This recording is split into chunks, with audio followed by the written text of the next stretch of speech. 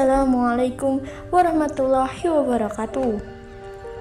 Sahabat At-Taqwa yang dirahmati Allah, cara memilih calon pendamping sesuai syariat Islam sebenarnya sangat mudah. Syariat Islam menyatakan bahwa pernikahan merupakan suatu jalan untuk melakukan ibadah, baik lahir maupun batin. Sehingga dengan adanya ikatan pernikahan kedua pasangan dapat menjaga kehormatan dan kesucian diri serta mampu menjalankan syariat-syariat Islam. Pada dasarnya, suatu pernikahan tidaklah diniatkan untuk beberapa waktu tertentu saja. Akan tetapi sebuah pernikahan bertujuan untuk memiliki hubungan seumur hidup atau selama-lamanya dan memiliki keluarga Islam yang sakinah, mawadah, dan warahmah adalah idaman bagi setiap pasangan suami istri. Dan untuk mencapai tujuan tersebut, maka diperlukan kehati-hatian bagi setiap insan dalam memilih calon pendamping. Menikah adalah impian semua orang, apalagi kalau kita menikah dengan seseorang yang kita cintai dan mencintai kita.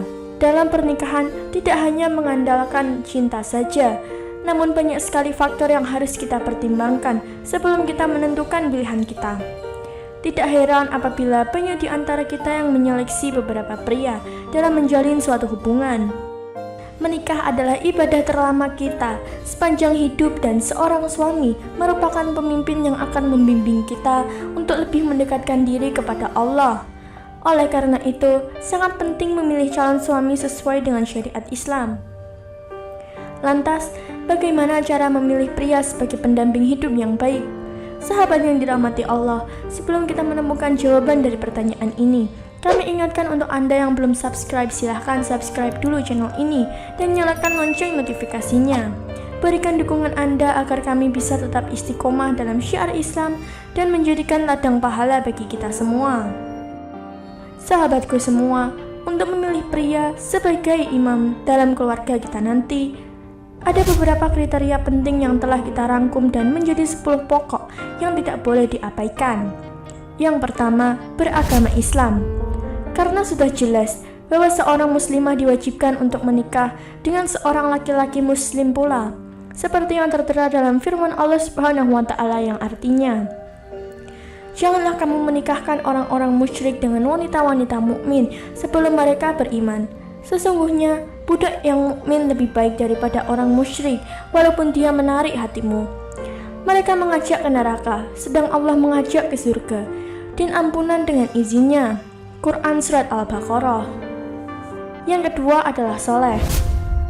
Karena dengan memilih laki-laki yang soleh, maka ia akan senantiasa membimbing kita untuk mendekatkan diri kepada Allah, sebagaimana sabda Nabi Muhammad SAW.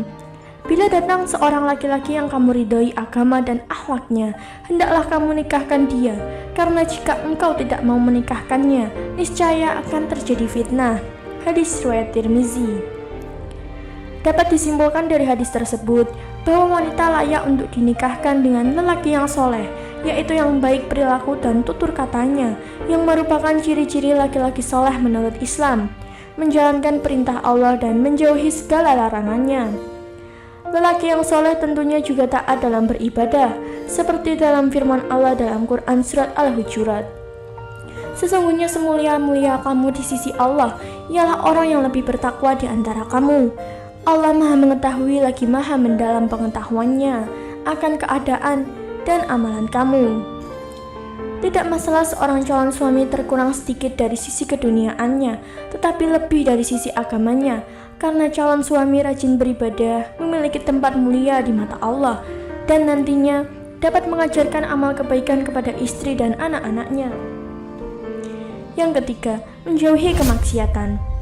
Apabila seseorang mendekati kemaksiatan, maka biasanya orang tersebut akan cenderung melakukan kemaksiatan.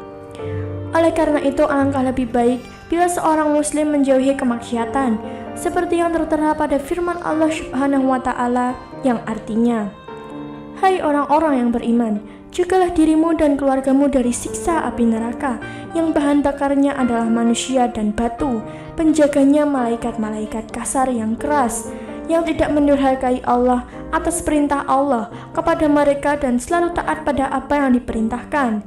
Quran Surat At-Tahrim.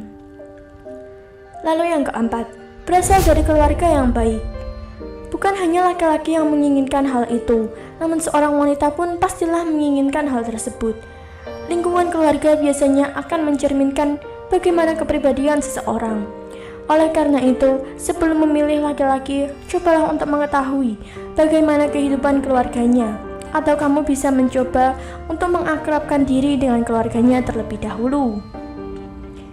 Yang kelima, taat dan santun kepada orang tuanya. Hal ini bisa menunjukkan bagaimana nantinya kepribadian seorang laki-laki setelah berumah tangga denganmu. Apabila taat dan santun kepada kedua orang tuanya, khususnya ibunya, maka dapat dipastikan bahwa laki-laki tersebut akan menghormatimu dan menyayangimu seperti ibunya sendiri. Seperti yang disebutkan dalam hadis Nabi Muhammad SAW yang artinya, dari Muawiyah bin Jahimah, sesungguhnya Jahimah berkata, saya datang kepada Nabi SAW untuk meminta izin kepada beliau guna pergi berjihad. Namun Nabi bertanya, apakah kamu masih punya ibu bapak yang tidak bisa mengurus dirinya? Saya menjawab, masih. Beliau bersabda, uruslah mereka, karena surga ada di bawah telapak kaki mereka. Hadis riwayat Tabrani. Dari Ibnu Umar radhiyallahu anhu, ujarnya, Rasulullah bersabda, berbaktilah kepada orang tua kalian, niscaya kelak anak-anak kalian berbakti kepada kalian, dan peliharalah kehormatan istri-istri orang, niscaya kehormatan istri-istri kalian terpelihara. Hadis riwayat Tabrani. Lalu yang keenam, mandiri dalam ekonomi. Maksud dari mandiri dalam berekonomi adalah seorang laki-laki yang sudah memiliki penghasilan sendiri dan tidak bergantung kepada kedua orang tuanya. Karena sejatinya bahwa seorang laki-laki akan menghidupi istri dan anak-anaknya.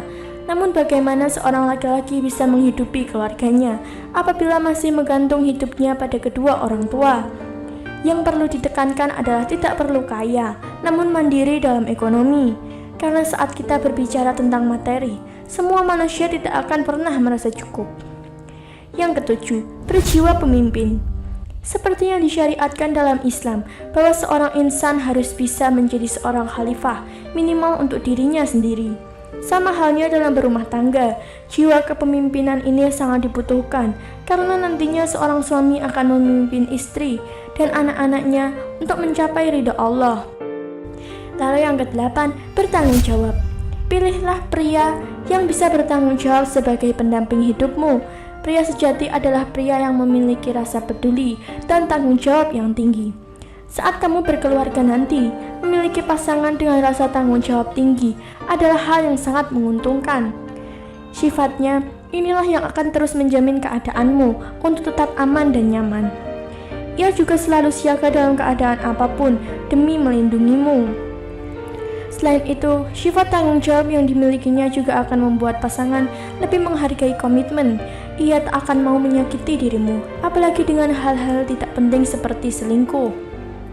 Yang kesembilan, berperilaku lemah lembut. Karena bagaimanapun kodrat seorang wanita selalu ingin diperhatikan dan dimanja oleh seorang laki-laki yang ia cintai. Setinggi apapun karir seorang wanita dan semandiri apapun wanita, ia tetaplah seseorang yang masih membutuhkan bahu untuk bersandar di kala letih dan sedih.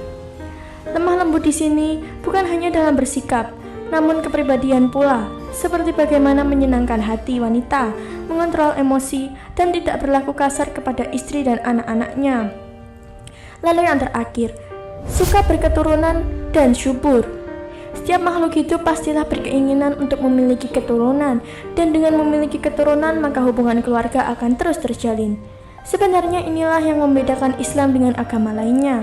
Dalam Islam diwajibkan untuk menikah dan bercampur apabila sudah waktunya, sedangkan di agama lain membebaskan umatnya untuk tanpa pasangan dan tanpa keturunan sekalipun. Sahabat yang dirahmati Allah, itulah tadi cara memilih pria sebagai pendamping hidup dengan memperhatikan beberapa kriteria agar bisa membimbing kita ke surga Allah, karena di sanalah tujuan akhir kita. Semoga video ini bisa bermanfaat untuk kita sebagai kaum Hawa. Terima kasih dan wassalamualaikum warahmatullahi wabarakatuh.